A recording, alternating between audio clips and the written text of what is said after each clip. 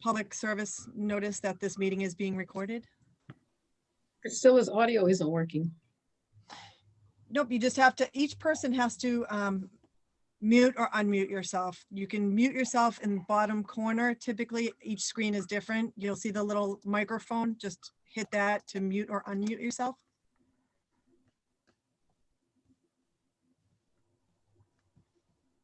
Okay.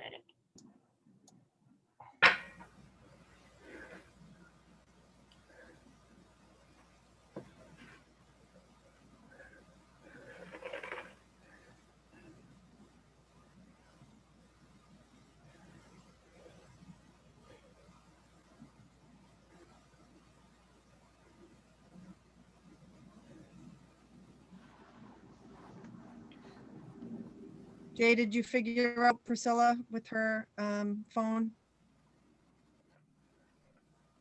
I'm hoping to get the last 4 of her phone number so I can add her to the I'll text it to presenters. you. Thank you.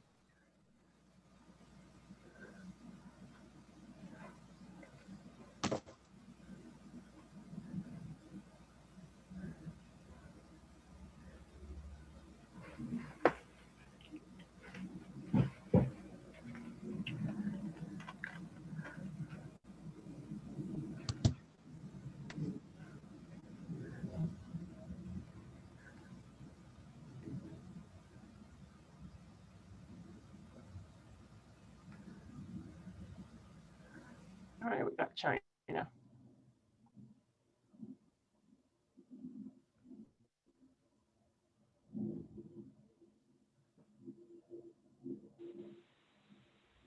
Hello, Miss China.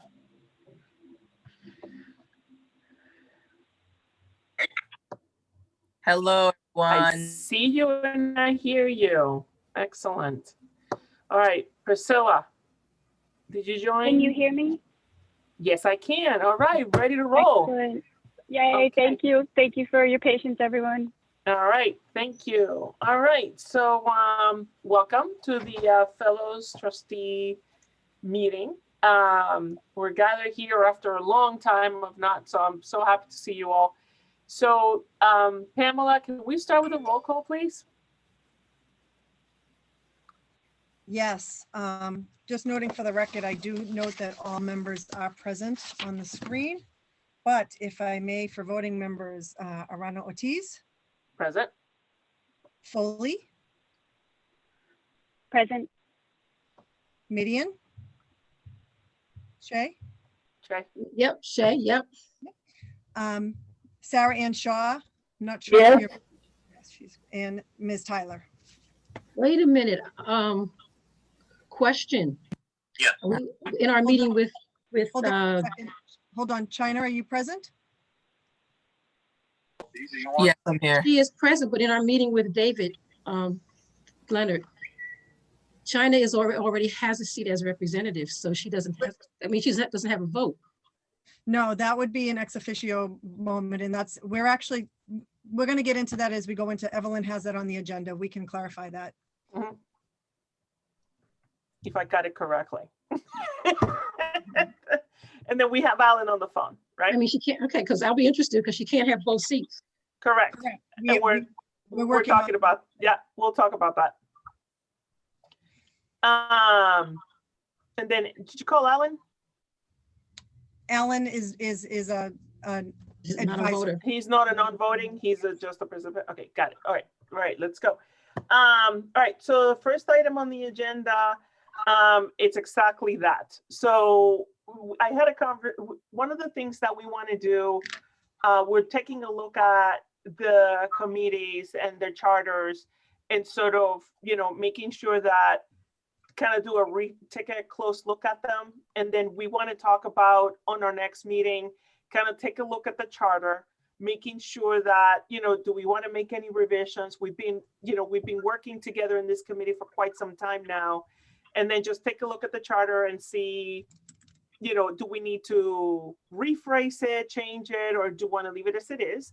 And also we want to be able to look at the committee members. So one of the things that in that charter indicates is that we should be having participation from the city council and the reps and all that kind of stuff. And so we haven't had active participation. So we want to be able to just make a conscious effort to bring them into the conversation. And especially now that we're dealing with COVID and what programming we need to, bring, to help, school children, they're falling behind, and anything that we can do to support the community. So one of the things that I talked to legal about is, China taking a trustee position in this committee, and then how do we bring, representation from city council? It's another thing that, we're looking at other city councils that can step into that role and not have China have a dual role. So have I think China be part. You mean state rep, Evelyn. State rep. State rep, sorry. So bring a different state rep into this committee, and then have China take the position in the committee as a committee and trustee member rather than a state rep. Well, the question I have to put out on the table is that the committee structure, according to the document, says that the representative, city councilor, and the state senator needs to be the local one for the branch. Correct. So how does she come in as a regular trustee member when she's the only state rep for the area? So what we talked about is me, reaching out to a state rep that it's adjacent to that area. And then and the other thing is, perhaps you don't know that part of the legal document from when we went to court says that any changes made have to go through the probate court. Yes. And that's why we advised, we're going under the advisement with legal. With legal. In regards to this. And they're going to go to the probate court. But so that's what we're looking at, Che. So we're looking at what do we need to do, and then how do we become compliant, knowing that China is the rep for the area and also a trustee. So she's the only trustee that could represent a second seat for the trustee person. The other members are not competent to be able to do that and let her have her other seat. That's all on the table, Che. That's all on the table. Okay, I'm just asking the questions because it's being presented as though it's a done deal. So No, I don't know. That's not what I said. I said the way it's being presented. I didn't say what you said, the way it's being presented. Finality of your tonation. Okay, no, so that's not not what I meant. China? So, yeah, can I jump in here? So first of all, good afternoon, everyone. And I'm sorry if I'm bouncing back and forth. I am in session at the same time right now. So I just wanted to note that I am interested in, having that dual role if possible. I'm all about education. I think that, my work in the legislature can definitely complement whatever the thing that we're trying to do here, particularly in the education space. And that also just passed one of the biggest student reform act or student opportunity act this year. And so I just want to put on the table that I am interested in, serving in multiple roles, because that area of expertise I feel like would echo really far if we had someone like myself there being able to speak towards what the needs are and a little bit more acutely to the issue. So I just want to let folks know I'm interested in playing more than one role. Oh, and I'm sure you are. And I'm just wanted to make sure everything is legal. I don't want us to have to go back to court again. That's why I'm pushing on this. Yeah. So why we're waiting here? Yes. My question is, are there still going to be outreach to counselors? There are other counselors nearby and other representatives. Yes, and that's what I'm saying. So we're going to be looking at, in our next meeting, I want to look at the charter. And then make it more, I'm also working with legal on ensuring compliance of this committee and the participation of this committee as it relates to the charter. So everything's on the table. Okay. And this is not the only, just to clarify, this is not the only committee that is doing that. Every committee is going to be under review, and then making sure that, we have the right charter, that it is accurate, and that we are compliant with the charter. And this is a working combination with, legal and David and everybody involved. Okay. So no, Shay, it's not a done deal.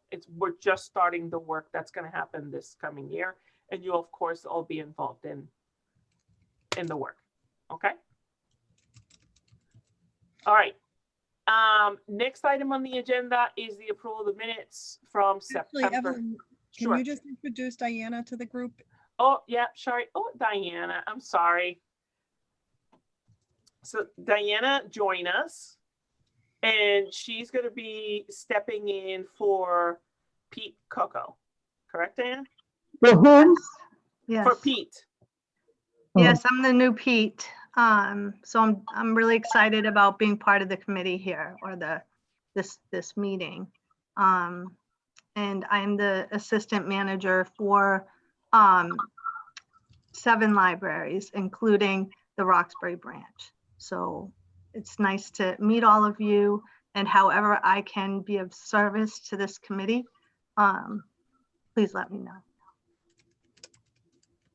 Okay. All right. So before I move into the approval of the minutes, China, anything else you want to add for this committee? I mean, that's really it. I just wanted to make sure that, you know, when you talk about, you know, elected body in general, you know, for example, my special interest, if I may, is education, but that may not be the next person's special interest. They may be interested in public safety. And so if there are some people that we're choosing around that space, I would definitely want to make sure that they're vested in education, because not all folks are. And we would really miss out a lot, particularly being in a district in an area that has a huge academic opportunity gap. Like, we have to just make sure that we definitely get that piece right. So I'm willing to do what work needs to be done around that space and make sure that we, you know, abide by the rules per se, I guess. And get the most out of it. Yep. There we go. All right. So sorry. So moving to approval of the minutes, September 12th. Oh, Candelaria.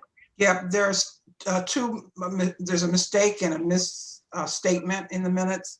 On the second page of the minutes, Lana Jackson was never in consideration for a grant. She's from a previous year. So that should be removed. And on the last page of the minutes, it says Ms. Silva Collins noted she will not be able to attend some of the programs due to personal reasons. I don't recall saying that. What I do recall saying is that there's sometimes when there's overlap where there are 2 or 3 programs running at the same time. And because they were at different spaces, I couldn't always attend. And that as well, if I was going away on vacation, I wouldn't attend, obviously, a program, but that was it. Understood. So if that can be clarified, I would appreciate it. Thank you. Absolutely. Absolutely. I can clarify that, Candelaria. Sorry for my mistake. Any other suggested edits?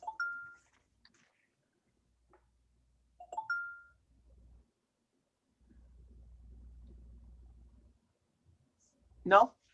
No? All right. So can I get a motion? Motion to approve. Second? All right, can I get a second, please? China, I'll can you second, Shay will second.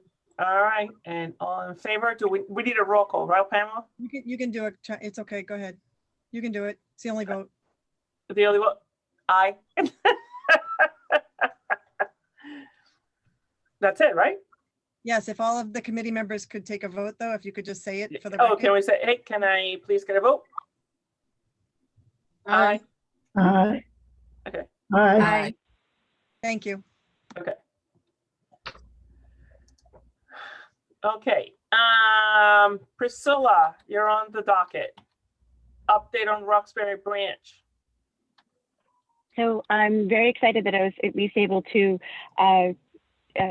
get my computer working so so you can see me as well as I can see you. So I know that helps with online meetings.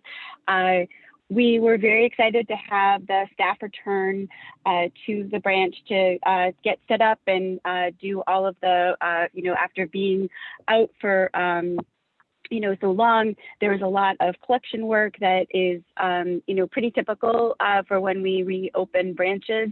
And we are and they were able to get that work done as they're continuing to do that.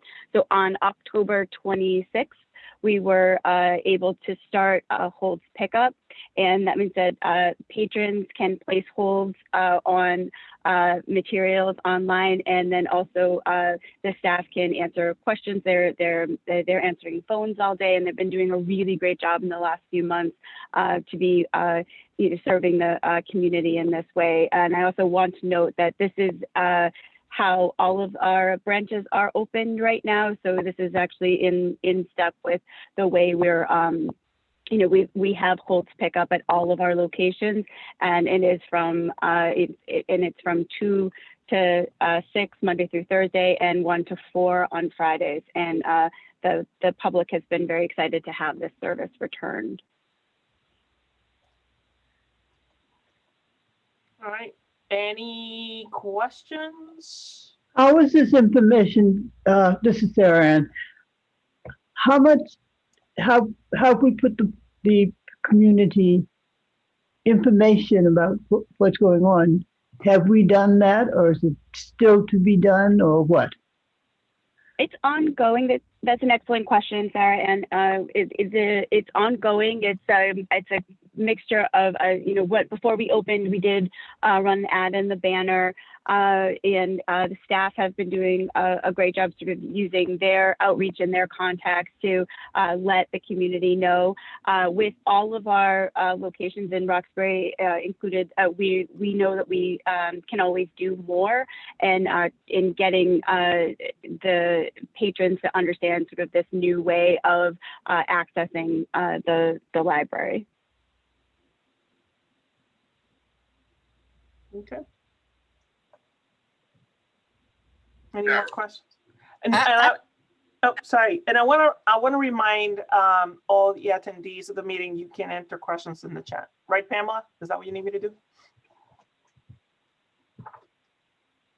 Yes. Yes, it's not that the attendees can't answer out loud. They certainly can. The chat is more or less, I'm trying not to clog it up because I won't be answering questions at the end.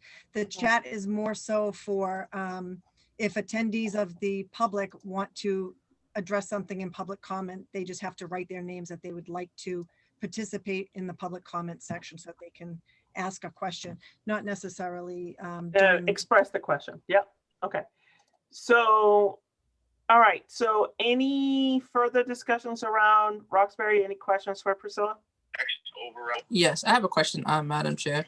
I just wonder if the trustees, can we visit? I hadn't had the opportunity to really see inside. I know that David said that he was interested in doing some type of like virtual walkthrough, something that's a little bit more COVID friendly.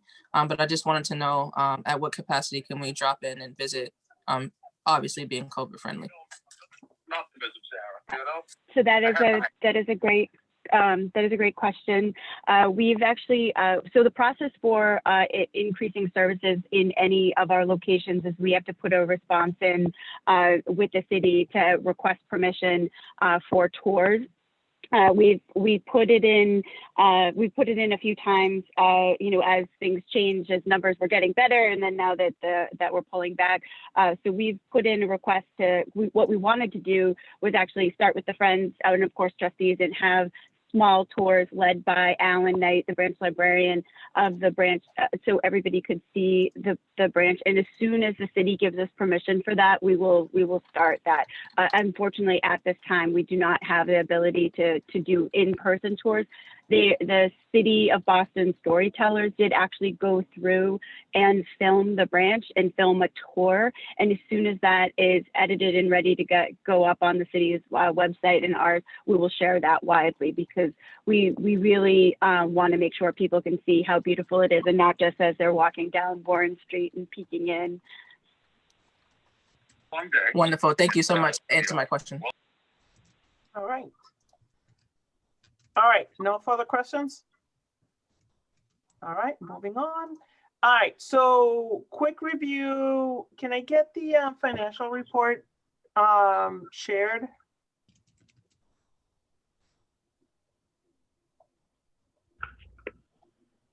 All right. Are you skipping me? Am I skipping Yep, you? she is. What do you mean? She's next On the agenda, I'm next. Wait, hold on a second. Candelaria, yep. Candelaria. If you Oh, wanted I'm to, sorry. I had it because I take notes and I moved everything. So no, sorry. I misplaced. Sorry, Candelaria. Go. Yes, I'm sorry. Okay. Not Hello, intentional. Hello, everybody. Long time no see or hear. I sent two things. The first is a report. I'm not going to go through March and April because and May because I'd already sent that stuff to you previously. So I thought I'd start basically in June on the list. If you could go to the next page. Okay. We had final classes in June. The final recital for the piano classes were in May, but I sent that. I even sent videos to committee members. In June, I attended the final poetry class via Zoom. On June 15th, there were 13 people who participated, and there was a book that came out of the class, which I shared with fellows, and I have a couple of copies for the library when it's reopened. And I just do general correspondence, including with John Kordaluski of the Maconda Project around possible dates in August, September, and October. I sent information of students in piano classes to the parents of the students about various summer activities, which I do every year because they are really wanting more in terms of music and piano lessons. I was informed in June that there would be a pending change in him being my supervisor, and had a phone meeting with Pete and Diana, who is the new supervisor. In July and August, some of the things that I did were, I was contacted by the new senior public relations associate about a possible interview with a reporter. I think it was from the Boston Globe regarding the name change of Dudley Branch to Roxbury Branch. I shared the PDF of the with dedication new poems with the advisory committee and friends, and got a nice email about that from you, Evelyn. Mailed a copy to Sarah Ann, and it was my first trip to the post office during the quarantine. I hadn't gone anywhere really. Emails and phone calls about the passing of Mimi Jones, which was very sad for many of us. I posted the Globe article about Mimi to the Friends of the Dudley Library Facebook page. And then has correspondence with John Kordaluski of Maconda Project about places to hold a concert for Mimi. I put him in touch with Lisa Martin at Freedom House, who told him about Bartlett Yards, which is where the concert was held on August 15th. And I contacted, members of the Friends to attend and speak at the concert for Mimi. From September, next page, please. And starting in August, started answering a lot of questions and inquiries about, are there going to be programs from both grantees and participants, particularly the piano classes. I hear from at least 2 or 3 parents every month when, because their kids are asking them when are the piano classes going to start up again. And Carlos had contacted asking because he could do it, he figured out ways to do it virtually. I started attending because the meeting started up again.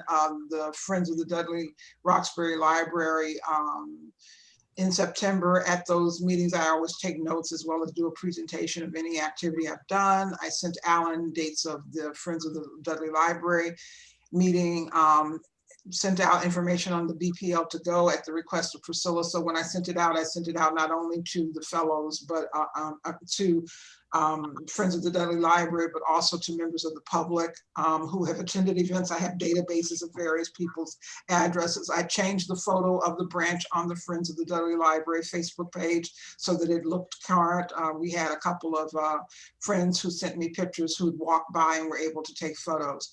And then every month there's certain things that I do, which is attend the meetings of the Friends, report on any activities, take notes, type notes, send to the chair of the Friends of the Dudley Branch, forward information to various databases at the request of Acuna, who's at the branch, Paul Edwards and Kay Gray of the Grove Hall branch, and info about relevant BPL events and resources from census info to summer jobs. That's something that I do. I get approval of program flyers and that thing from the BPL communications office, and that happened from March to May. There was a personnel change, but the new person said that I should continue to get those approved when we have ones to do.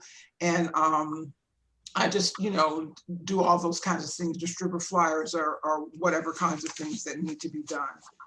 So the other document that I sent you was a document just to report on all the programs. And I'll go through those pretty quickly. The Arts Emerson did the Play Reading Book Club. They had a graduate theater student, Webster McDonald, and Akiva Baca, who's the audience development manager. There were originally going to be 4 plays, but because of COVID, one was canceled. So there was attendance of Triptych, which is 5 sessions each, and Iliad. So the attendance for Triptych was 7 to 10 people each week. For an Iliad, it was 14 to 22. And for what ended up being the final one, Detroit Red, there were 20 to 36 people who attended various weeks and events connected with that.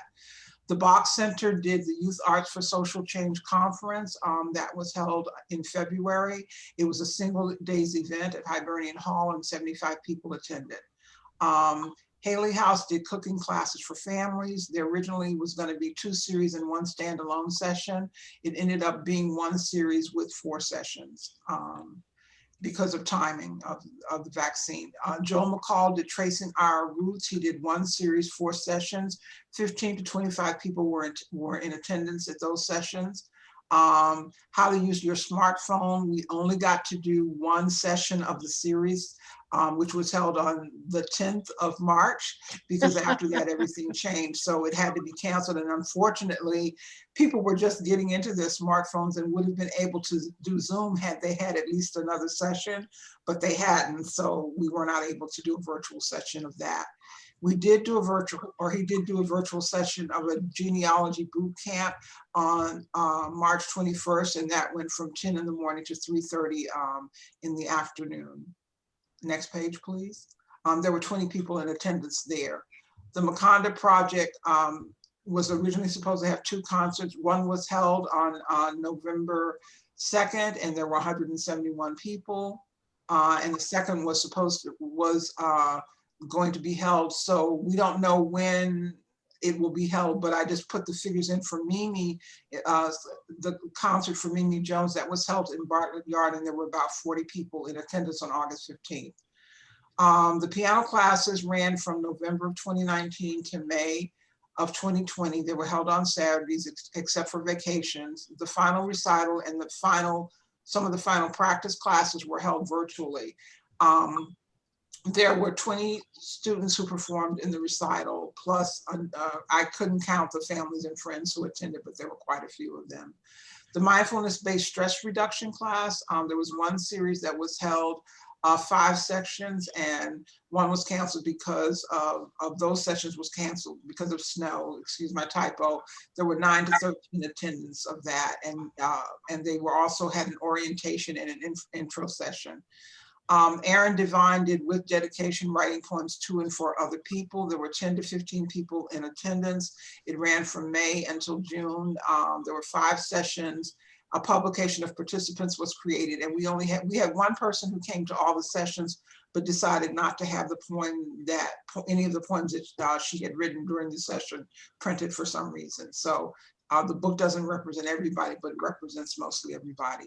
So as you can well imagine, I've gotten inquiries from both these grantees, who were the grantees mainly for the last 3 years, as well as people from previous years. When is the branch going to be open? Is there going to be an RFP, et cetera? And I must say, from just a personal point of view, I have been disappointed in not having communication on any sort of regular basis about what's going on with FATF, even if to say no new news. I was sort of dismayed so I reached out and I tried to communicate and share things and share photos and stuff as was appropriate, but just really not hearing very much was disappointing.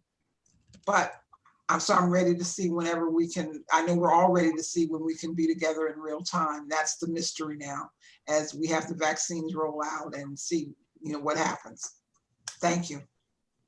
Thank you, Candelaria. Any question regarding Candelaria's update? Yes, Madam Chair, I have a question. Fire away. Thank you so much. I just wanted to ask, as far as doing business with businesses of color, obviously all these different organizations have their own businesses. Can you let me or let us know how many of these businesses are operated and are owned by people of color? They're not really businesses. You mean how many of the grantees are people of color? Yes. Yeah, I mean, I can go through. And even if they're not, even if the grantee isn't a person of color, they are largely serving people of color. So for example, Arts Emerson, it's not a Black institution, but the Akiba Baka and the graduate student were both African-American this year. Previous years, we had theater graduate students who weren't people of color, but that was just the nature of who was in their theater program, who got the job to go through the plays. The Bach Center, many of their staff and virtually all of the participants were people of color, although it's not obviously a Black-owned organization. Haley House is another one. It's not owned by Black people, but its cook staff was a person of color who's taught the class, and in previous years that sometimes that person has been African-American. Joel McCall is African-American and a Roxbury resident. John Kordelewski is not a person of color, but the Makonda Project has predominantly musicians of color, and Makonda, who it's named after, was an African-American composer and musician. Carlos Vargas is a person of color from the Dominican Republic. Benita Jones is a person of color who lives in Roxbury, and Aaron Devine is a white gentleman who teaches at who taught at the University of Mass and works on Right on the Dot. And most of the participants in the class, except for one or two people, were Black people. So. Okay, thank you so much. You're welcome. Glad to hear that. And I asked that question just in the light that cultural competency when it comes to educating, whether that be through music or wherever, is very, very important. Particularly for the Black community, as this is, this Roxbury Library in the middle of Roxbury. And so I just wanted to make sure that in the future, we can continue to uphold like what you've already kind of established, and making sure that the cultural competency opportunity for folks to receive that type of education is kind of key to whoever, has these opportunities. So thank you so much. I appreciate it. You're welcome. Yeah, in China, I would add that in the past, we always look at organizations within the community. And so we're giving, the opportunity to those first. And that's usually, what we do. These, while the branch has been closed, has been a little bit of a challenge, because we made a conscious decision to allow prior grantees to carry out their programs, because they knew what they were doing. There was a challenge about space, and so it was easier to manage. But we really are yearning and looking forward to the opening of the branch to bring new programming and new grantees. There was too many challenges that were present with looking for space in the area to continue carrying out programming. So that's kind of what we did a little bit different. We've done a little bit of different flavor while the branch was closed. And I think that's the next conversation we need to enter, that with, what are we going to do, going forward? And then also dealing with the challenges that, the branch is closed, when is an opening, vaccine happening. So we kind of need to triangulate that and then figure out a plan. All right, any more questions for Candelaria?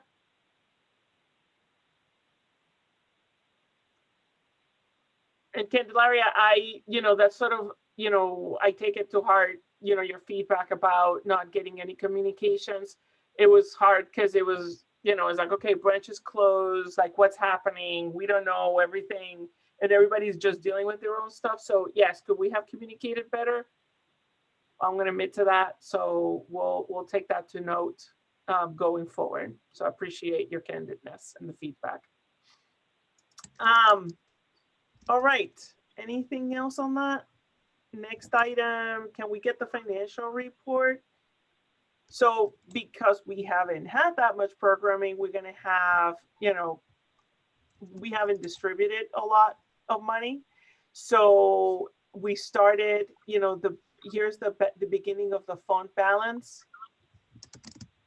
And then we did additional distributions.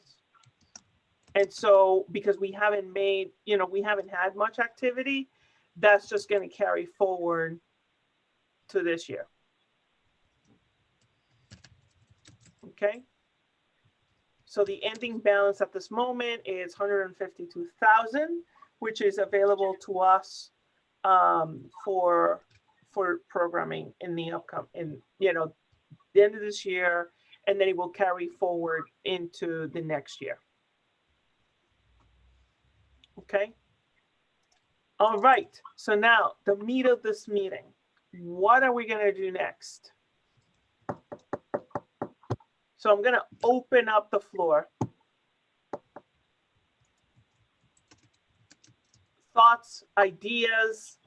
One of the concerns that I personally have is with the school age children, with the limited access, you know, through Zoom and this hybrid model that works and it doesn't work. And, you know, how can we support our school age children with programming? That's one of the concerns that I have, but I also have the concern of, you know, adding more Zoom meetings to kids who are in front of the screen all the time.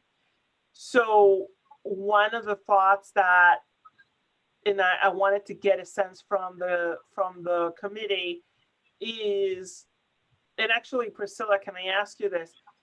Can we, even though, let's assume, just for argument's sake, that the library may still be closed for the summer. Let's just assume that for argument's sake, because I'm going to put like a worst case scenario. Is it possible to do outdoor programming outside of the library, or no? That's a great question. So we weren't able to, you know, have extensive outdoor programming. You know, there were some, you know, great events throughout the city and some things we were able to do. But if we're still closed and we still have the restrictions, then we wouldn't be able to have outdoor programming. You know, we know that the space in front of the branches is sizable, and if we are allowed to have gatherings of people outside, we can. But the concern is also with that is that, you know, we plan, and then if we have to pull back. So I think in planning for at least in the next, like looking at the next 9 months, planning for that worst case scenario. And if it is, you know, if we happen to have a time when we're able to have gatherings, you know, having that flexibility for any of the fabulous people that come on to you know, submit proposals, if they're able to have that flexibility, like, oh yes, I can do this online, but if we're able to meet up and have a poetry class outside, you know, we could. Does that make sense? Mm-hmm. So can you start by, if we start thinking about programming and start planning, what should be our constraints? Like what should we communicate in terms of constraints around using the space? You just said, you know, because, you know, you hear about capacity limitations. And if I think about like late in the summer, that, you know, restaurant capacity and outdoor dining and social distancing, is that something that could be considered, you know, assuming that we could use outdoor spaces? Like, I just trying to put some, what are our guardrails if we think about programming? Do you see what I'm saying? Yes, I do. And oh, sorry, go ahead. Go ahead, The process Candelaria, that was we thought we were going to go back to was that we issue an RFP, we advertise it in the banner, we send it to former grantees, we send it out as broadly as we can, and then we get submissions for people to do programming. If we decided we were able to accept outdoor programming, so a combination of virtual, outdoor, or in-person programming, like you would ask in the RFP, please put these scenarios of the 3 different ways that you could deliver your program. One would be the traditional way, which is when everybody's in the same physical space at the branch. The second would be to do it virtually. The third would be to do it outdoors, or a hybrid of outdoors. As a person who's planned lots of events, I really, really am always hesitant to plan outdoor events because you have weather. So you can plan something for months and then it can be rained out or stormed out, which has happened particularly when people do one-day events. So you can always try to have people build in rain days, but I actually had an experience once where an event was rained out on the original date and it was rained out on the backup date. Right. So that's unusual, but it does happen. So that's the kind of thing that I would think about. The other thing that I've thought about would be if you were able to have things where it would be done virtually, but people would do it from the library, so that they would do programming that where if there was limited capacity for a staff member or the person who was facilitating a training could use library resources. That would be a great thing virtually to show people, like, this is when you get back in the library, this is where this would have been held. I'm filming from the kitchen. I'm filming from the team center. These are the resources, the books and stuff, resources in the library. So that might be another kind of hybrid thing to do. So Candelaria, if we say, I think that's a good idea to say, you need to offer the program in, at different spaces, because we don't know what we don't know. So if you work a timeline, in terms of when do you do a technical session, and then when you ask for responses, and when is the soonest that we could launch programming, or the latest?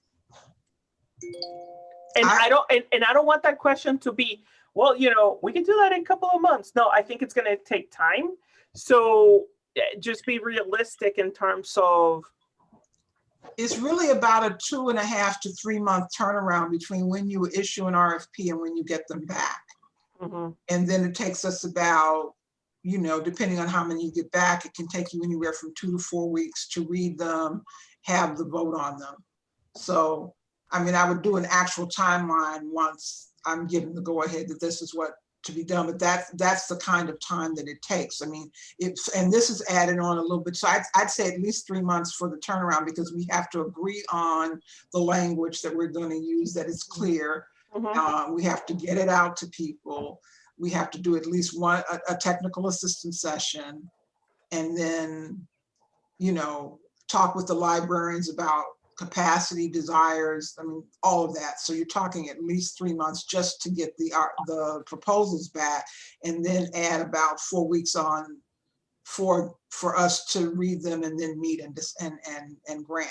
So that means that the earliest that programming would probably go back in under that scenario would be around May. Perfect. Okay. And that's exactly what I was thinking. So, we normally, one of the conversations that we have is, what are the not the ideal, but like what kind of programming is desired? What is the desirable programs that we would want to carry out? And, Sarah Ann, China, what is it the community need? And are there specific asks that Candelaria needs to reach out beyond the open, RFP? So traditionally, let me just say, the way we've done it is that I've met with the Dudley staff. So the librarians tell me the kinds of programming that they see needed in the branch. Mm-hmm. So that has been, so a combination of what the Friends of the Dudley Libraries thoughts, but the librarian staff, these are the kinds of programs. And then we put that in the RFP. These are the kinds of proposals that we're looking for. I have a comment on that. I see, I'm really, really excited, first of all, about this opportunity to be able to talk about like how we can best serve our people with the resources that we have at hand, particularly like the library of being an institution. And so, in that, I see the library as a institution that, should focus on creating generational wealth, particularly for a community that has a $8 annual value for the average Black family when it comes to generational wealth, and more importantly, also through education. So I think that the programs that we have, that I heard, and that, it seems like they went really, really well and we're spot on, but I do think that we could kind of open up that field a little bit. The first thing I wanted to comment on was, the relationship with other institutions of color, Black institutions right in the area. We have the Urban League right across the street. And I just, my first question is, what has been the relationship with the Urban League, and that their whole purpose is to create generational wealth within the communities of color? My second question is around, so I just learned that, we usually put an ad in the banner to be able to advertise whatever, opportunities are available. But in the day and age of 2020, everyone's on Facebook, everyone's on Instagram. Can we kind of redirect that to something a little bit more social media driven, and also provide opportunities for youth to be able to, spread opportunities? Because, obviously in communities of color, everything is mostly through word of mouth. And last but not least, another thing I would like to present to the group of panel lay on the table is, we have the Roxbury trial court right behind our library. And there's a lot of folks out there that have some issues with Corey, and it's preventing them from creating generational wealth within their family. So what relationship do we have with the courthouses behind us? And again, the Black institution right across the street, like what has those relationships have been? Okay, I can speak to the Urban League. Prior to Candelaria being in the position that she's in, the Urban League had received, I think, 2 grants from the Fellows Athenaeum Trust Fund. They have not come back for another grant since that time. And what they did do when they came was not around wealth creation. It was they had job fairs for their adult population. So that's what they had done in the past. I can also say that with the trial court, because they're a public institution, they would not be eligible for our money because only nonprofit organizations can get this money. So it would be maybe reaching out to them to see which nonprofits they work with to see if they would want to apply for a grant. We did have, and I don't remember the organization's name, but there also was a grant that a nonprofit organization that applied that did work with the court, and I cannot remember the name. I am so sorry. It was back in 2004. They had applied, but they did not execute their grant well. So when they reapplied, they got turned down. So there is that issue too. And we don't pay Candelaria to support groups that need a whole lot of help in executing their programming. So if that is something that people want her to do when her contract gets renewed, hopefully today, then that would have to be put in there with the extra money to go with it. So, we usually don't, we give suggestions of topics and themes that people might want to apply for. And some years we've been a little bit more strategic than others. But it is about who is it, for-profit people cannot apply for this money because it is nonprofit grant money. It's 501c3. And so if you know of other groups, then you should let Candelaria know who they are, so that she can get the word out to them and make sure that they get invited. Or if she does, I don't know what mode of PR she's planning to do for people that are distributed themselves to other people, then, feel free to do that. But it is not because people have not reached out. Sometimes people are not, the people who are doing the work that you're talking about are doing it as a for-profit business, and we cannot give them this money. The word gets out, China, the ad that's in the banner is because not everybody actually uses computers. It also gets out on Facebook, on Instagram, on various email lists. And when I do the RFP, I send it to all the committee members. I send it to the Friends of the libraries. I sent it to the citywide friends to let them know that the RFP is open, and then people respond. So it's not a lack of knowledge, it's a lack of fit as well. From my tenure, we've required a final report of all the grantees at the end of their grant to say who attended, what were the high points, what were the challenges, et cetera.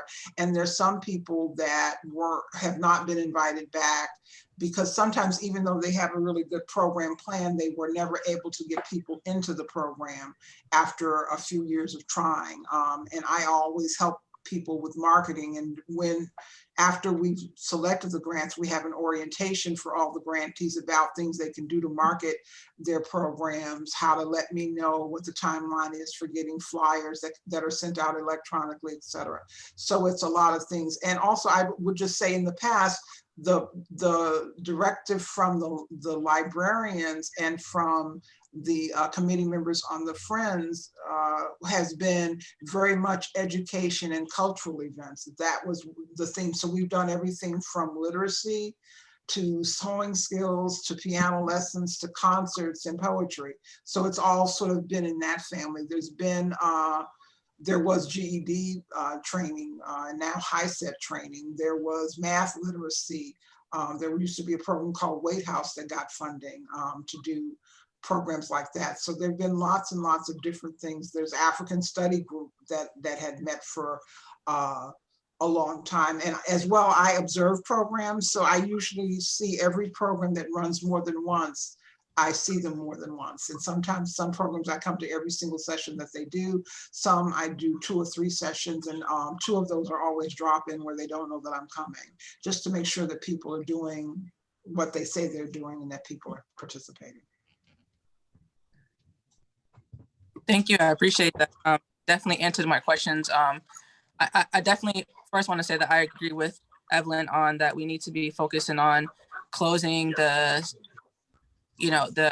summer learning loss gap when it comes to education, if we're going to focus on education in any way. And also too, just to kind of comment and kind of follow up on the conversation and commentary I just heard, I think that we need to really focus on empowering folks and uplifting folks. I think that some of the people that come across my desk, across my office, have some of the greatest ideas but can't fund their ideas. And I feel like maybe we seem a little bit closed in that area, and I would like us to open up a little bit more in that area, and also to focus around generational wealth. Again, the average income in this area, particularly Roxbury, is $8 versus over $100,000 their white counterpart, and that's unacceptable. So I would love to see us focus on those 2 areas, and I would love to hear what ideas folks have on how we can potentially do that. And lastly, too, before I go, is before I kind of shut my camera off, is on the violence. This area, talking about the courthouse and the relationship with the courthouse, is a hotspot for the violence. We've had the most homicides, particularly gun violence incidents in this area, in the Nubian Square area. I'm quite sure if folks walk through Nubian Square, it is not the prettiest sight. It's not the best environment.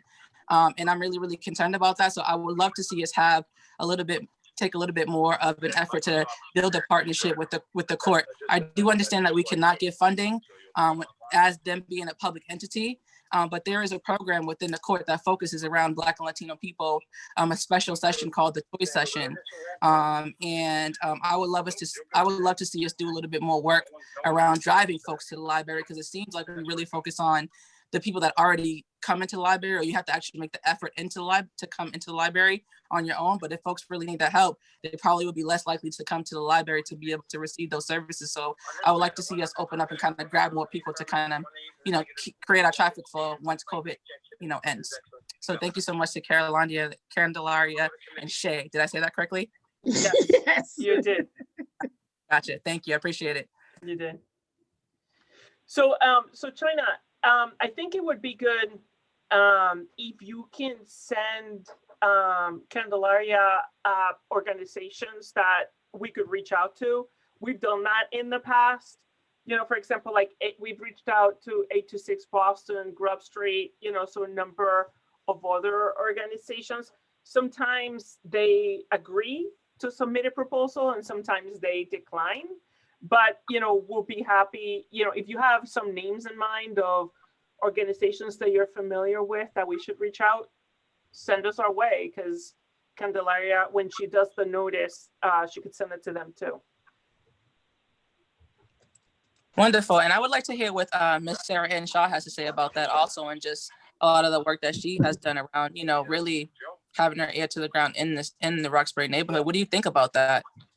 Well, that's funny because I was just about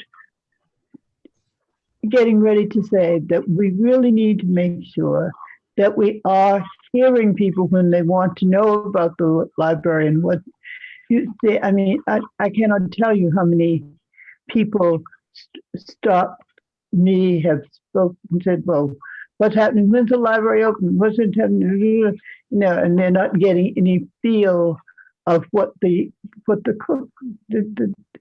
one point to another point. Clearly, we cannot help everyone, even though we would like to, but we can't. And that would, of course, change how money is changed, etc. But I think that it's poison. You know, I have one question for both China and Sarah Ann and Candelaria. I've been getting feedback from people that they think the only reason the branch has been renovated is because white people are moving in. Have you all been hearing that as well? What you say, Shay? That the only reason the library got renovated is because white people are moving into Roxbury. Have any of you all gotten that feedback? I mean, I wouldn't. I've heard that, but I ignore it because other library branches, including one in my mixed neighborhood, is getting renovated. So I don't really pay attention to it, but I have heard it a couple times. I've also heard it a few times, but I don't, you know, there was no particular people had a cushion, had make sure what needed to be helped. I mean, you know, if I could comment on that, gentrification is always an issue. So I wouldn't see that as false, but again, that's the reason why we have to be very intentional on making sure that folks that wouldn't normally come to the library feel invited to kind of claim that space a little bit more and let them know that you're welcome here. We offer so many great things just based off of just my first meeting being on the subcommittee. Sounds amazing, but if the folks that, you know, wouldn't likely know that this is available don't know, then we're not doing our part. Yeah, and some programs, China, are more successful than others doing the outreach. But, you know, we've seen programs in the past that have failed in the outreach. And so that's a little bit of a challenge, especially for youth. You know, that teenage group it's quite a bit of a challenge. You know, and also too, let's not beat ourselves up too much, because let's remember that for the last 3 years while the branch was being renovated, we did make that decision to not branch out beyond who already had successful programs, because people weren't doing their programs in the library. They were doing it all over Roxbury. Yeah. And I think that's the reason why we got to get digital, a little bit more digital than I know, you know, the digital world is the key to the youth, I feel like. Yeah, that's not the major reason that the youth don't come. The major reason that youth don't come is because, well, first of all, there were people who were right next door at the Boys and Girls Club who came to a program once who said that until the sign went up, they didn't realize it was a library. Where there are other kids who come to the library every day. What I found is more likely to happen is that there's so many programs that are targeting the same age and the same kids. And so that's what's happening on any given day. There's at least 5 or 6 programs, many of them even in the same neighborhood, that are targeting the same kids. So for example, the DeWitt Center has a robust attendance when they're open of teens, because they are in Madison Park Village, and is figuring out is that somebody to partner with and to have things. Hibernian Hall has had a lot of stuff that's going on there that's appeal to youth. So there are a number of those things where we're all going for the same youth. If there's ever, one of the things that as we were talking, you know, I've gone over and introduced myself to people at the Boys and Girls Club next door to see if there might be things that happen where they would want to bring a group over. So really letting people know about the programs. But a lot of, when we've had feedback on some of the forums, it's not that people don't know, it's a matter of doing, having the time and competing with other things that are also going on at the same time. So we will keep trying, and we'll see what, once we figure out the RFP, you know, what the proposals come in, we will make sure we get the word out as much as possible.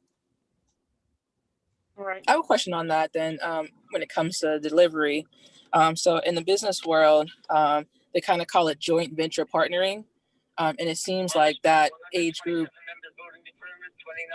needs to be focused on a little bit more.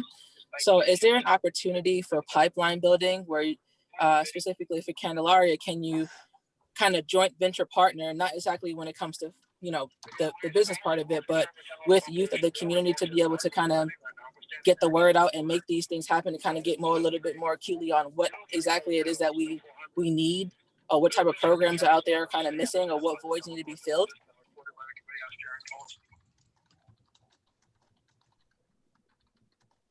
Sure. We'll also be working with the new teen librarian to see what they have identified as the needs. It's going to be interesting this year because people haven't been in that branch for 3 years. So, but we certainly will get all the information from the teen staff, and we will get you know, do requests for proposals to all the teen programs. The Box Center, which has been funded, and they do the conference every year, which brings in kids from lots of different organizations. They will certainly be on the list of what's going on, and, you know, sharing with their list. So I think we'll get it done. Thank you. One other thing, when I think about the themes that we've been funding the past few years, we are really only adding wealth creation. Is that correct? I mean, just as far as the themes that we're looking for in your RFP, is that correct, Candelaria? I wouldn't say that. I would say that that's an idea. I think that the RFP, I'm going to talk with Alan about setting up a meeting with the staff at Dudley to find out what are the things that they think would be important for us to have. I will ask at the next Friends meeting, what are some of the programs that they think would be important to happen? And certainly if generational wealth is one of the things, then we would, in the RFP, we would send it out that one of the things that we're looking for is we're looking around teen programs, we're looking for cultural programs, we're looking for things that talk about building generational wealth or financial stability or first-time home buying, whatever you want to do. And then the next step is for people to actually put in proposals. You know, come to a technical assistance session and then put in a proposal. So depending on what you get, then you decide whether you, number one, you get any proposals that fit those themes, and of those that you get, that they are realistic, that they are, the budget is written well, and that the people have the resumes and stuff that make you believe that they can do it. So as an example, China, one of the things that didn't happen was the chess guys who always played chess in the Dudley branch, always said they wanted to work with youth. And so I talked to them several times. I had them come to the technical assistance sessions, but they never put in a proposal. So that's not, I couldn't make them put in a proposal. I could let them know the proposal process. I could agree to talk, you know, have them go through the workshop to learn how to do a proposal. But if one of them did, I can't write a proposal for them.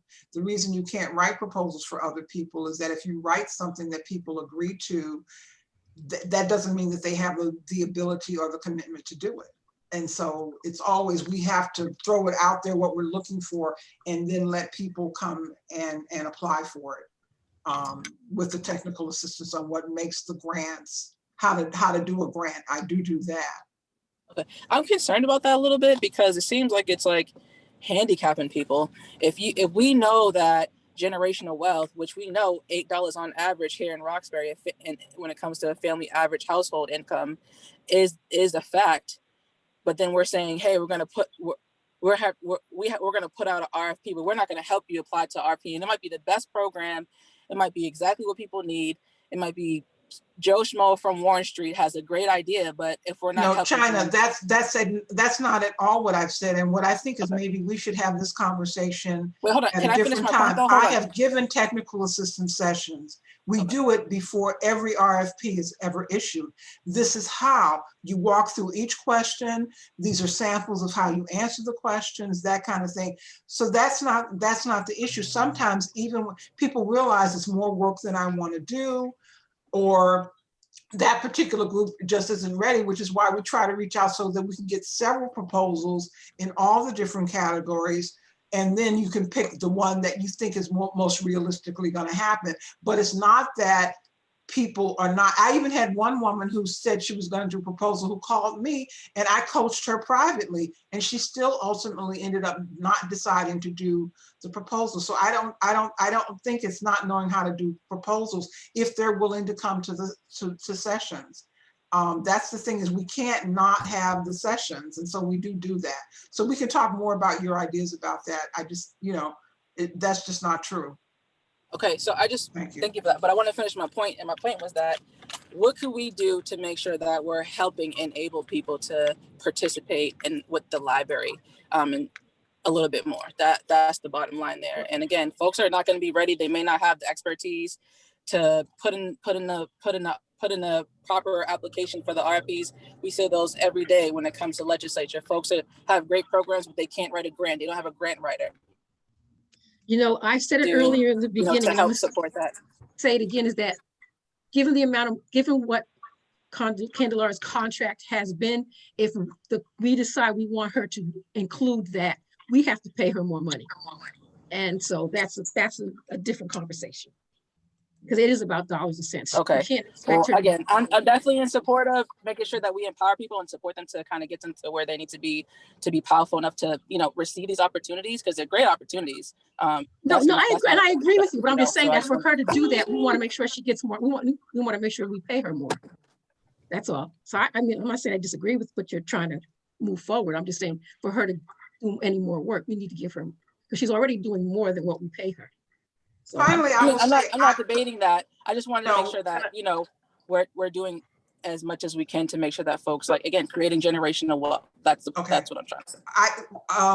One of the things that another group of funders committee that I'm on is doing is they're having actual videotape grant applications instead of written grant applications. So there are all kinds of things that people can do. They're hour intensive, they're labor intensive. And if a person can't do a grant process, whether it's a written grant process with technical assistance or a visual videotape grant process, then they can't run the program either. And that's the second part of it. So you're always looking to fund people who can effectively run a program, and that you try to vet them in various ways. But I hear what you're looking for, and we will do our best in the description of the RFP. All right, so I want to take an action because we're way over and I need to run to another, I'm late for another meeting. Can we agree on the next steps, actions? So as I heard, Candelaria, you're gonna reach out to the librarians. We have some theme suggestions around wealth creation and, school age. I'm gonna call it math and literacy, so we can help kids catch up. But if there's any other. But let's not forget Candelara's contract. Yeah. She's working for free right now. Well, that's not entirely true, Shay. Okay. There was an extension that was done. Okay. So my first question is, before we go into that, is because before we offer a contract, we have to ask Candelaria, are you interested in continuing the work? Yes. Okay. All right. So then that knocks one down. And then so Priscilla, it's with you, right? You guys agree on a contract? Yeah, so when we'll, so Diana and Candelaria and I will connect in and get those next steps finalized. Okay, got it. Thank you. All right, so actions to be taken, Priscilla, Diana, and Candelaria to sort out the contract. 2 is, start drafting new language around the RFP in terms of the, what do you call it? The work program execution in terms of the different avenues. Is that what you call it, Candelaria? Is that a good thing? Good name for it? And then identify themes. So that being said, when do we want to meet next to kind of review the language, agree on the language, or, finalize the themes, so that we can launch?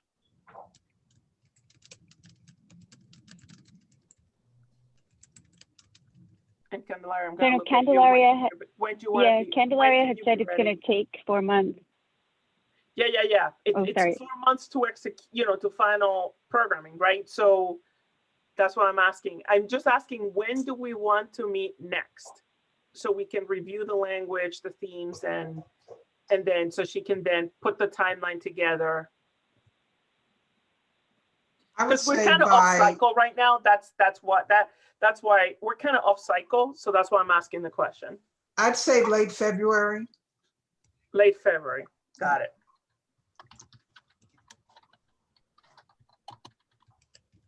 All right. So can we look? I'm going to propose a date in a minute. Give me a second.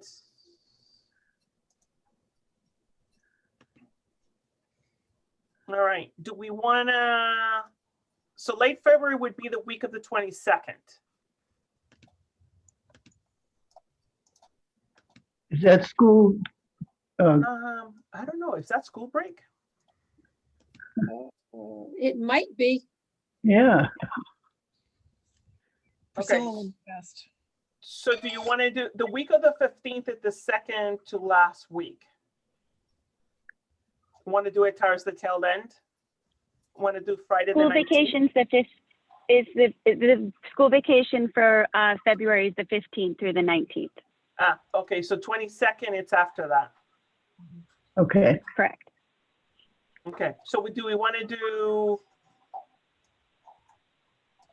what do we want to do? Do we want to do, what day do we prefer? Tuesday, Wednesday, Thursday? We could do Monday afternoon. Any preference? Anybody? No preference?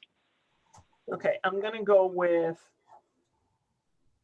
can we go with Monday after 2 o'clock? That works for me. Okay. That's we the go. 22nd. You're referring to February 22nd at 2 p.m. Yes. Okay. Did everyone agree to that? Everybody okay with that? Yep. Okay, there we go. 2 o'clock, Monday, February 22nd. Okay, I can send out a calendar hold. perfect. Thank you. Any new business? No? All right. Great discussions today, guys. I'm looking at, oh, sorry. Yeah, I was going to say in the chat, do we have any public comment? I didn't see anything in here. Last call, if anyone was interested in public comment, please write so via the chat feature. Nope. No comment, questions were answered. Yep, Elizabeth is the Friends president. Thank you, Elizabeth. Oh, hello, Elizabeth. Thank you for joining us. All right, anybody? Anything else? All There's nothing. right, so motion to adjourn. I need a thing. Motion to adjourn. All right, well, everyone have a happy new year, and oh, there we go, farewell. So I need a happy new year. Happy new year, and we'll chat in a couple months. Mhm. I will send Thank out you so much. a calendar hold. Thank you for all. the discuss so everyone has that. Thank you, Pamela. Thank you, Pamela. Thank you. Thank you, Thank you Emily. all. Thank you, everyone. Night. Bye-bye. Happy New Year, everyone.